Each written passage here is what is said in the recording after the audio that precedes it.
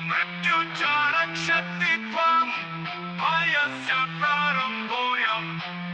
हाँ, आज हमारे पास कुछ दिलचस्प दस्तावेज हैं।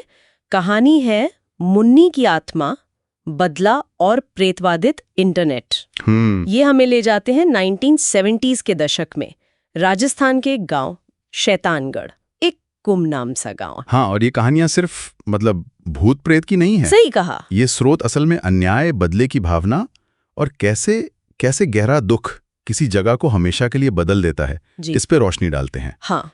शुरुआत होती है मुन्नी नाम की एक बच्ची से, करीब 10 साल की। बिल्कुल। एक गरीब बुनकर की बेटी थी। और कहते हैं कि वो बहुत खुश मिजाज थी, लेकिन शायद यही बात गांव के ठाकुर को खटक गई। बिल्कुल। स्रोत बताते हैं कि ठाकुर की नजर उस पर ठीक नहीं थी। और फिर वो भयानक रात, मॉनसून की, ठाकुर ने उसे हवेली बुलाया। और वो फिर कभी जिंदा नहीं मिली। अगली सुबह उसकी लाश मिली, आधी जली हुई, पीपल के पेड़ से लटकी हुई, और सबसे भयानक, मुंह धातु के तार से सिला हुआ था। उफ। और नीचे एक नोट, जो सच बोलेगा वो भी मरेगा।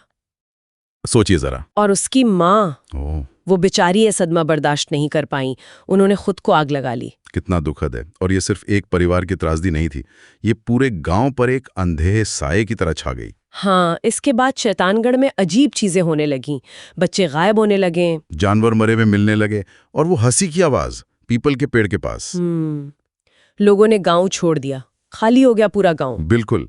और स्रोत इस बात पर जोर देते हैं कि कैसे सच को दबाने की ये कोशिश ही असल में अभिशाप बन गई। हाँ, मतलब जो अन्याय हुआ वो उस जगह से जुड़ गया। सही कहा। वो दर्द, वो गुस्सा वहीं बस गया। ये सिर्फ लोक कथा नहीं है, ये दिखाता है कि कैसे पावर का गलत इस्तेमाल और अन्याय कितनी गहरी छाप छोड़ सकता है। और फिर कहानी दशकों बाद आगे बढ़ती है, साल 2025 में। हाँ, ये दिलचस्प मोड़।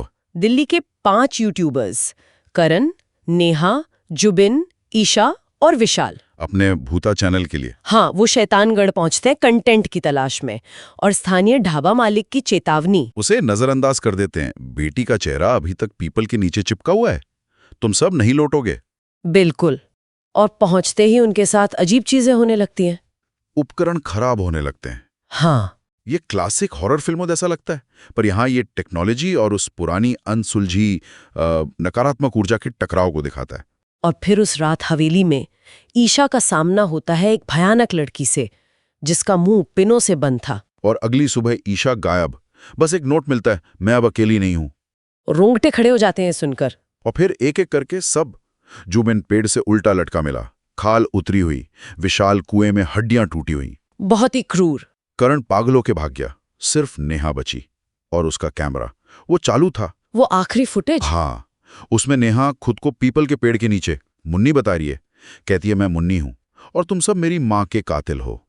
और फिर एक भयानक आवाज आती है, और वो अस्वाभाविक रूप से मुड़कर गायब हो जाती है। ये फुटेज, ये बहुत अहम है। सूत्रों के मुताबिक 1 हफ्ते बाद ये उनकी यूट्यूब चैनल पे अपलोड हो गया। अपने आप? हाँ, रहस्यमय तरीके से। और आखिरी फ्रेम, मुन्नी का खून से सना चेहरा। और कहानी यही नहीं रुकी। इसे देखने वालों ने अजीब सपने देखे, कुछ की तो नींद में मौत हो गई। उनके मुंह भी पिन से बंद पाए गए। और वो वीडियो वो डिलीट भी नहीं किया जा सका। तो क्या सूत्र इसे वाकई कोई पारलौकिक घटना मानते हैं, या ये कुछ और है, कोई डिजिटल हमला या कुछ मनोवैज्ञानिक? देखिए, सूत्रों में दोनों तरह की बातें। कुछ इसे डिजिटल प्रेतवादित मीडिया कह रहे हैं, मतलब कहानी का जो भावनात्मक बोझ है वो इतना ज्यादा है कि वो इंटरनेट के माध्यम से फैल रहा है, एक तरह का मनोवैज्ञानिक संक्रमण। अच्छा। ये दिखाता है कि कैसे पुरानी कहानियां, पुराना दर्द डिजिटल युग में नए और ज्यादा भयानक रूप ले सकता है। तो सच दबाने की कोशिश अब डिजिटल दायरे में भी नाकाम हो रही है, और ज्यादा खतरनाक तरीके से। बिल्कुल। ये सिर्फ शैतानगढ़ गांव की कहानी नहीं रह गई है, ऐसा लगता है। मुन्नी की आत्मा, या कहें उसका दर्द और बदला, अब इंटरनेट पर फैल गया है। मतलब इंटरनेट उसका नया शिकारगाह बन गया है? शिकारगाह कह लें, या शायद अपनी कहानी कहने का नया मंच। ये दिखाता है कि कैसे लीजेंड्स और ट्रॉमा समय और तकनीक के साथ रूप बदलते हैं, पर उनका असर वो कम नहीं होता। हाँ, जो अन्याय असल दुनिया में दबाया गया था, वो अब डिजिटल दुनिया में फैल रहा है। तो ये हमें एक सवाल के साथ छोड़ जाता है ना, कि अगर कोई कहानी डिजिटल दुनिया में इस तरह अमर हो जाए, तो क्या उससे जुड़ी वो पीड़ा, वो आत्मा, क्या वो भी हमेशा मौजूद रहती है? और क्या हर व्यू, हर शेयर उसे और ताकतवर बनाता है? हाँ, क्या शैतान गार्ड अब सिर्फ एक नक्शे पर एक जगह नहीं है, बल्कि हमारी स्क्रीन के पीछे छिपी एक लगातार महसूस की जाने वाली उपस्थिति बन गया?